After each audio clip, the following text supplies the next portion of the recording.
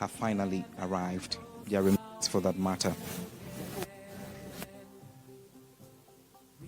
The first one belongs to Dr. Edward Omanebuama, who is Ghana's Minister for Defense, a statesman who championed modernization and to enhance the nation's security infrastructure.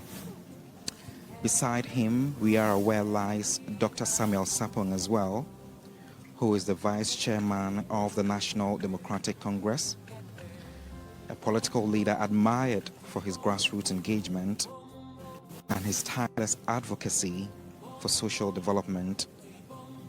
Completing the role is Mr. Samuel Abuaje, who is a former parliamentary candidate and dedicated community leader who was deeply involved in all development initiatives.